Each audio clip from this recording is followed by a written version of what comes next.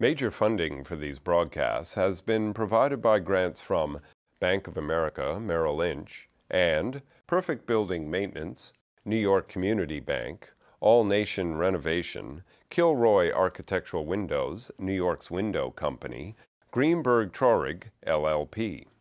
Additional funding has been provided by grants from AVR Realty Company, LLC, Beechwood Organization, Briarwood Organization, Capital One Bank, C.B. Richard Ellis, Cushman & Wakefield, the Dime Savings Bank of Williamsburg, Hal Fettner, Durst Fettner Residential, Stephen Napolitano, First American Title Insurance Company, Friedman, LLP, Gemini Real Estate Advisors, LLC, Genova, Burns & Gian Tomasi, Grubb & Ellis, Investors Savings Bank, Jack Jaffa & Associates Real Estate Consultants, James D. Kuhn Real Estate Institute at Syracuse University, Madison Realty Capital, Markham LLP, Marcus Millichap Real Estate Investment Services, Margolin Weiner & Evans LLP, Massey Knackle Realty Services, M&T Bank, Meridian Capital Group, Moynihan Group, Newmark Knight Frank, Orphanides & Associates, Sterling & Sterling, Urban American, the Wickoff Group.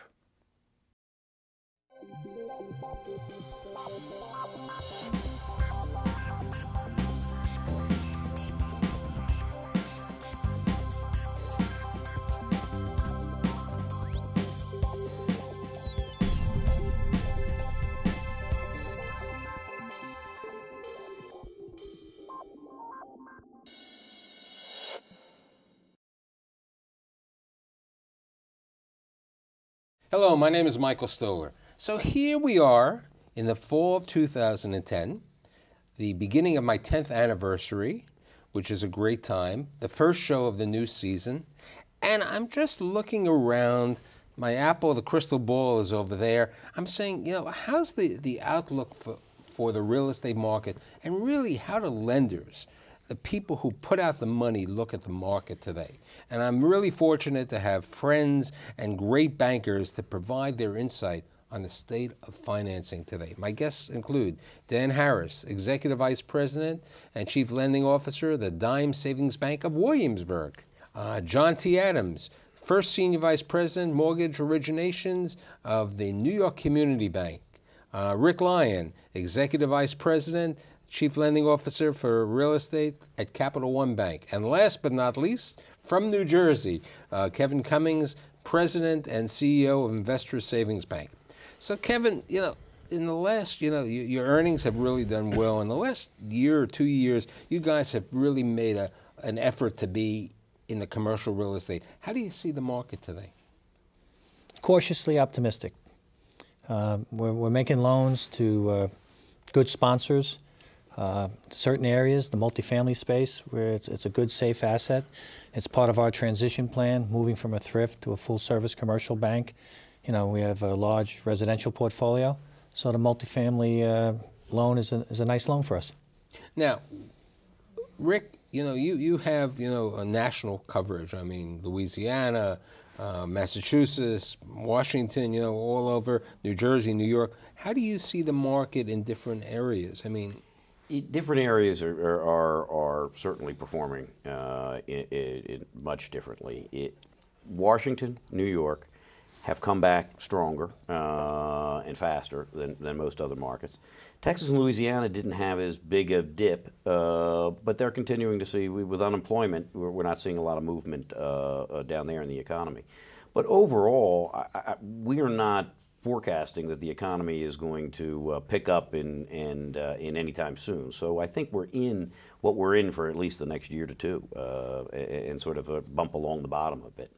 Now, John, you're you're now in Ohio, and you're also in Vegas, in Arizona. And Florida. But the majority of the business is in our region. Where do you see the business today? Well, in the New York market, we are still very comfortable with our core product, which has always been the multifamily. That market has always performed for us. It's performed for us well. I think it's evident that absorption rates, as well as rents, have pretty much stabilized and even have gone up to some aspects.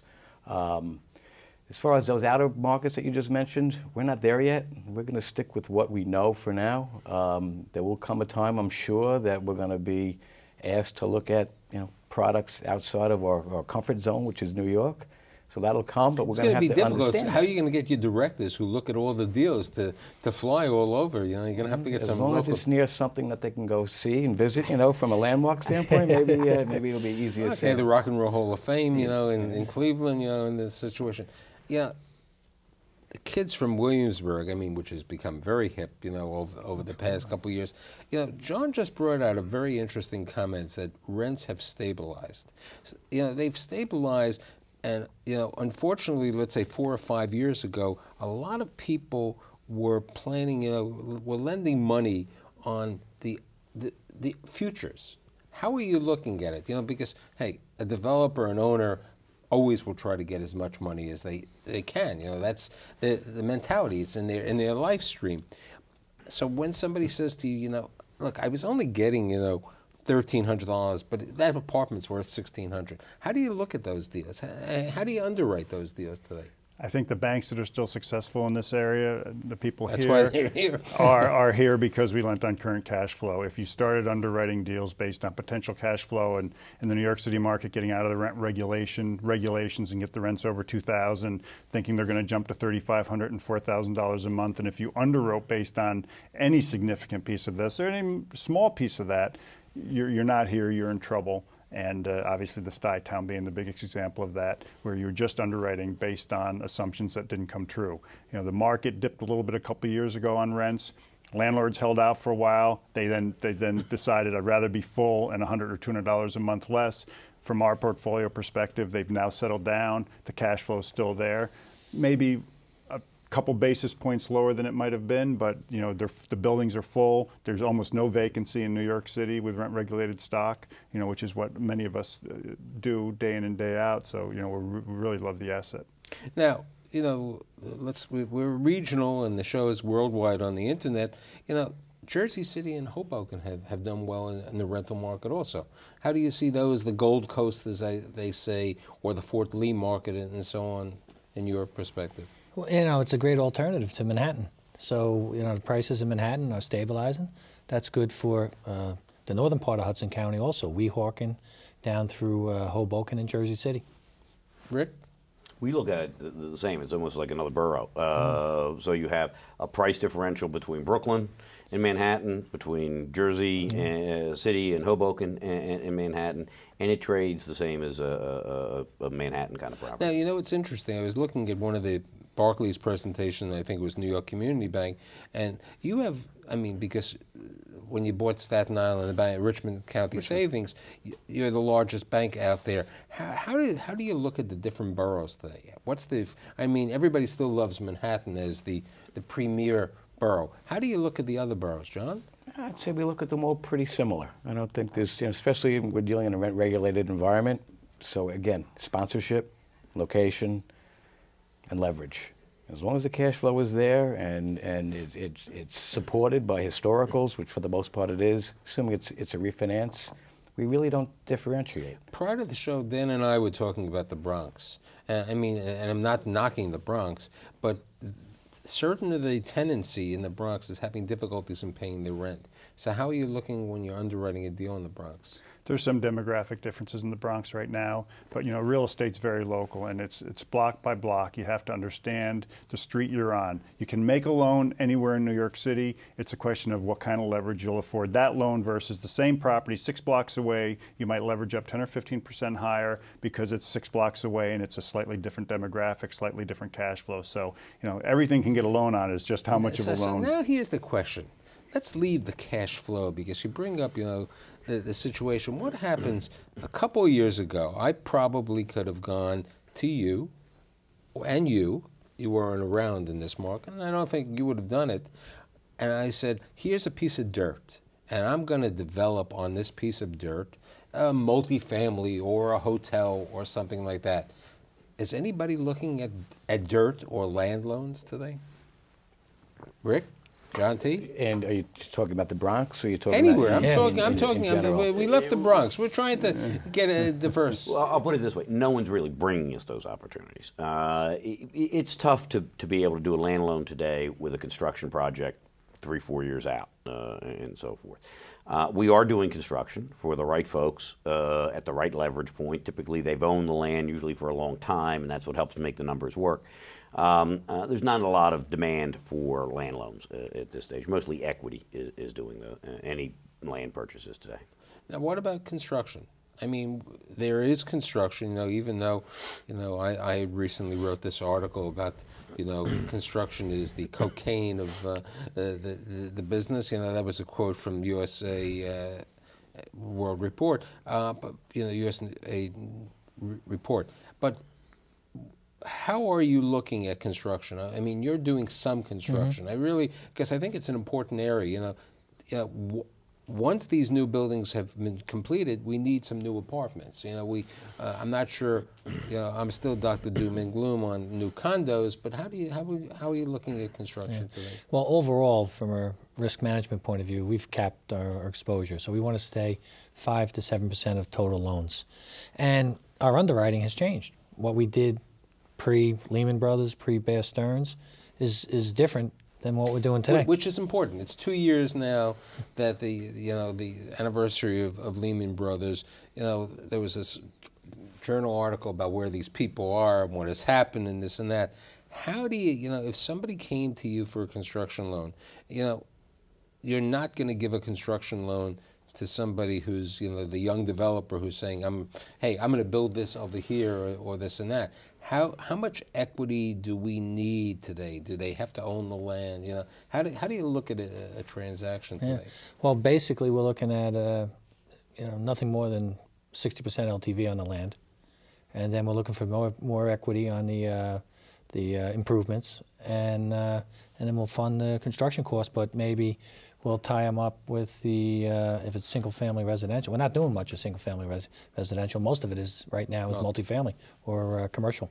Now, we know that there are some really good construction developments around with good borrowers. How do you, and since they're good borrowers, they feel, and they probably, in certain aspects, are deserving of good rates.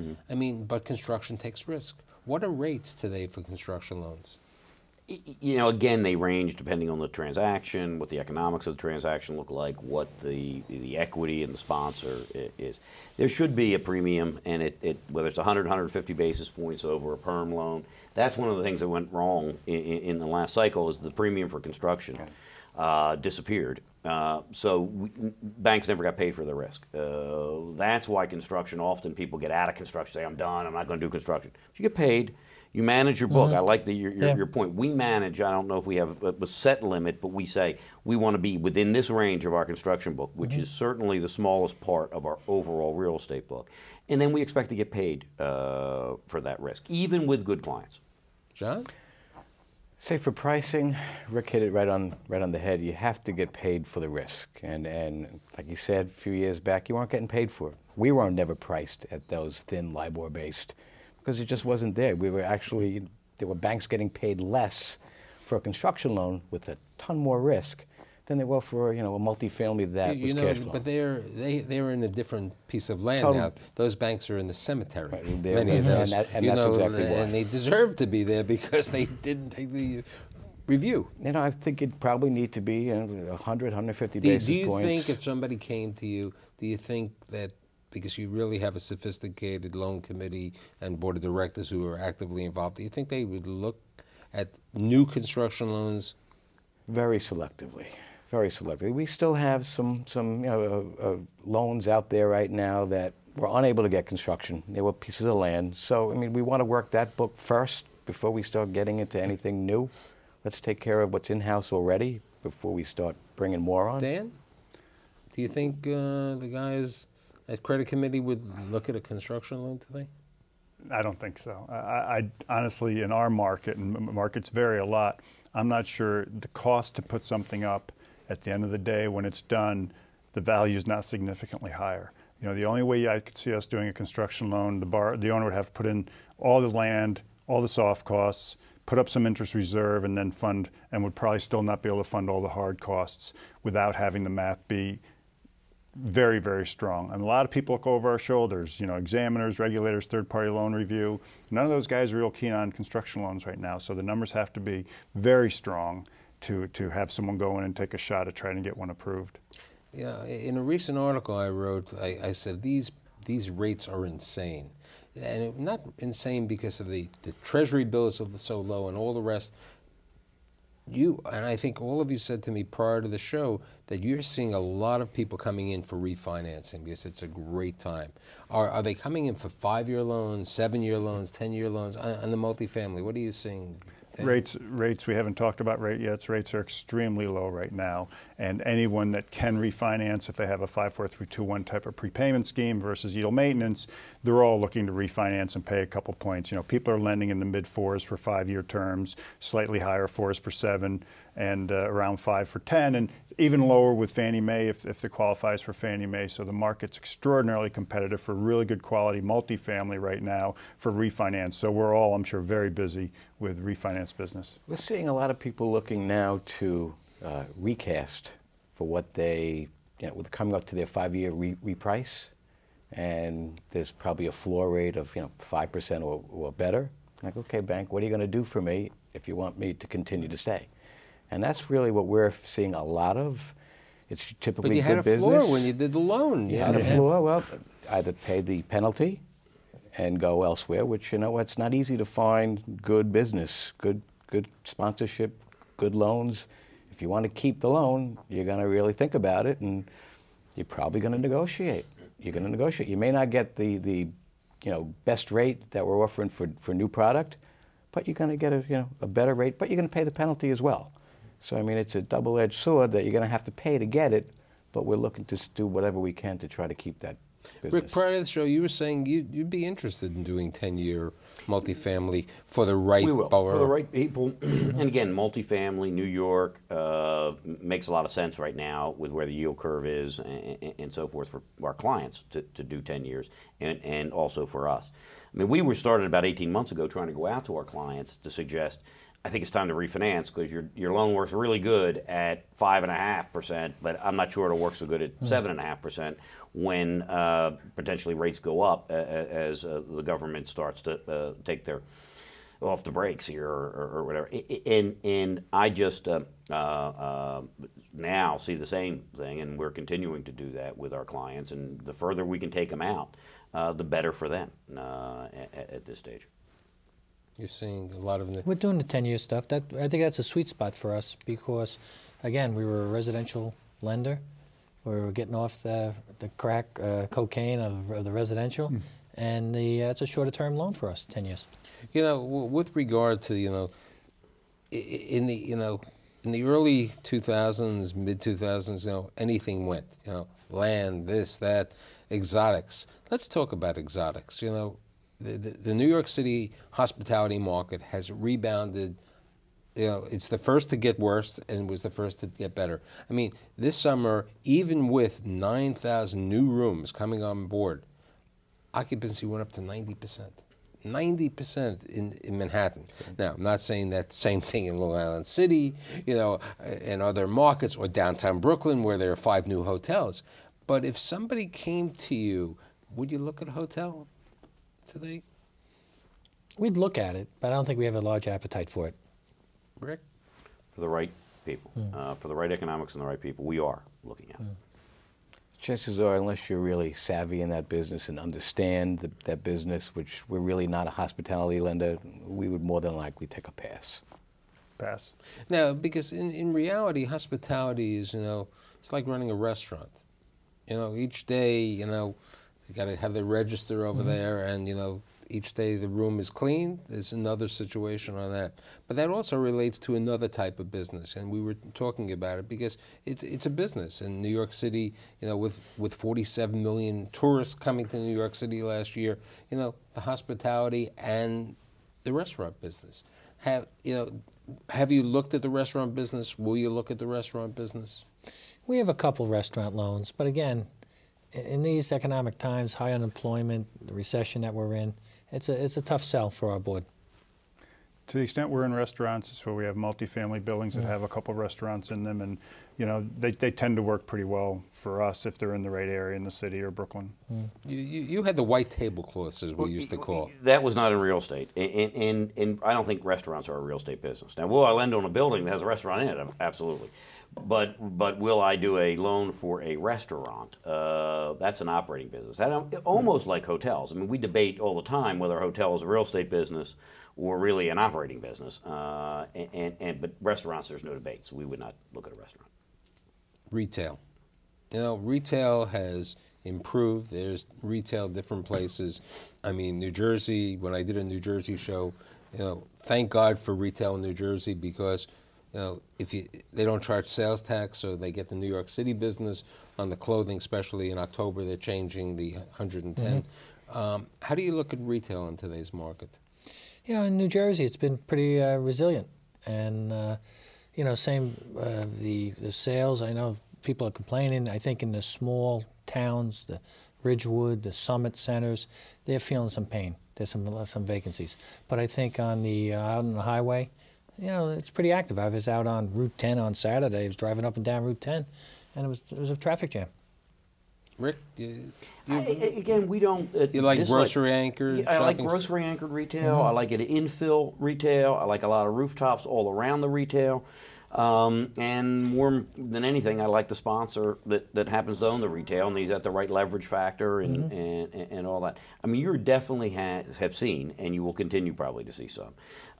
Things go dark and come, new tenants are coming in and all that. I mean, one of my clients actually told me, unfortunately, a lot of banks are lending, or small businesses can't find loans. So a lot of retail is small business, and they can't get the loan to open up and fit out. So that's still something that a lot of banks are looking at, and I know we are looking at helping our small business clients with that. But we like retail in the right location. Location, location, location. You talk about fit outs and setting up situations. I mean, the New York City, Manhattan office market has improved. But in order to get these tenants to sign the leases, the landlords have had to put in money for tenant improvements. How do you look at that? I mean, that's a tricky question. You want to get the tenant there, and leases have been signed, but they've been signed with 9 months free rent, $75 a square foot in tenant improvements. How do you look at that type of situation? Well, it depends on who puts the tenant improvements in it. Like if the sponsor, the owner's putting them in, I love it. It's the owner putting it in. That's right. If the owner's putting it in, which is what has to typically happen, that's fine. We also look at effective rents. I mean, you can't look at I signed a $42 lease, but I've given 2 years free rent. Then it's not a $42 lease. So we simply factor all that into the cash flow. I think it's a smart move for clients to get a good tenant in. They might have to, pay out another lease for a year or whatever. I just think it's a good move for the client. I mean, I agree on the retail, on your office, your analysis is a discounted cash flow that takes all that into account when you do your valuations. With multifamily, you look at the current cash flow, it either works or it doesn't work, because multifamily, the rents are rolling every 2 years, so it responds very quickly to the market.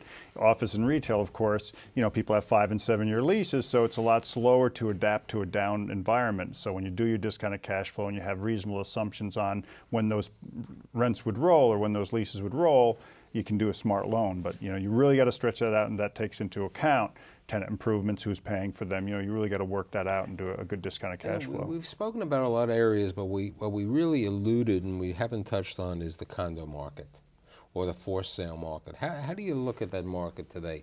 Do you feel it's strong? I mean, and I'm not talking about doing new loans or anything else. How do you look at that? I mean, because it's a tough. The new construction is except for the very, very large projects, they're basically rentals right now. And the good news is they rent up really fast at premiums to the local market by $4 or $5 a square foot. And all of our new construction that was supposed to go for condo that can't get those numbers right now rent up very quickly. Seeing the same situation? Yeah, pretty much so. I was out at the Giants game on Sunday, and he said the condo market is the first to go and the last to come back. I don't know what your exposure is, but how do you look at Lower Manhattan today for a new deal? I mean, have you seen deals down in Lower Manhattan recently?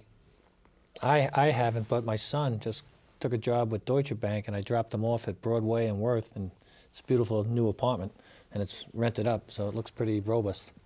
We're not seeing any new deals down there, honestly. I mean, there's still some. I think the office market seems to people are turning around on that now, and some. Trump is doing very nicely at his property down there. So a lot of things seem to be moving in the right direction. Again, with the right people moving it. So we're open to that market.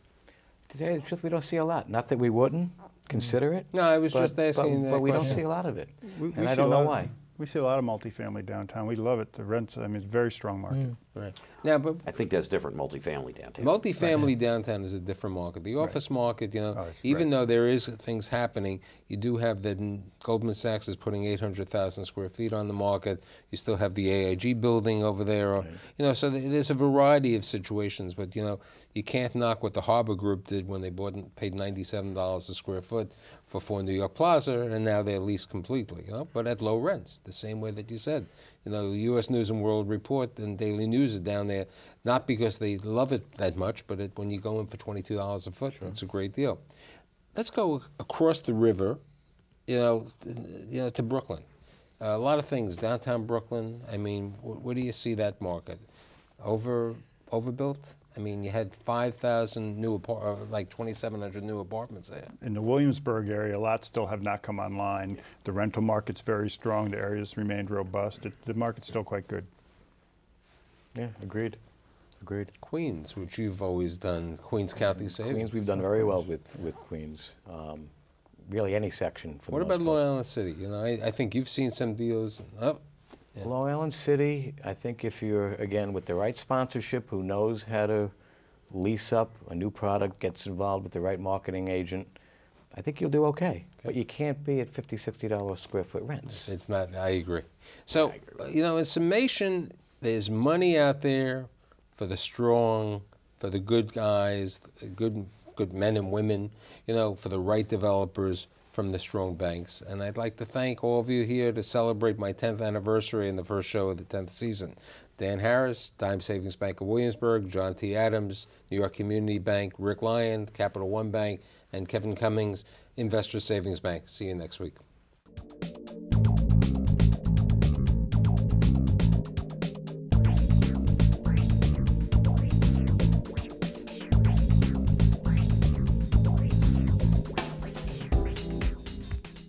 Major funding for these broadcasts has been provided by grants from Bank of America, Merrill Lynch, and Perfect Building Maintenance, New York Community Bank, All Nation Renovation, Kilroy Architectural Windows, New York's Window Company, Greenberg Traurig, LLP. Additional funding has been provided by grants from AVR Realty Company, LLC, Beechwood Organization, Briarwood Organization, Capital One Bank, C.B. Richard Ellis, Cushman & Wakefield, the Dime Savings Bank of Williamsburg, Hal Fettner, Durst Fettner Residential, Stephen Napolitano, First American Title Insurance Company, Friedman, LLP, Gemini Real Estate Advisors, LLC, Genova, Burns & Gian Tomasi, Grubb & Ellis, Investors Savings Bank, Jack Jaffa & Associates Real Estate Consultants, James D. Kuhn Real Estate Institute at Syracuse University, Madison Realty Capital, Markham LLP, Marcus Millichap Real Estate Investment Services, Margolin Weiner & Evans LLP, Massey Knackle Realty Services, M&T Bank, Meridian Capital Group, Moynihan Group, Newmark Knight Frank, Orphanides & Associates, Sterling & Sterling, Urban American, the Wickoff Group.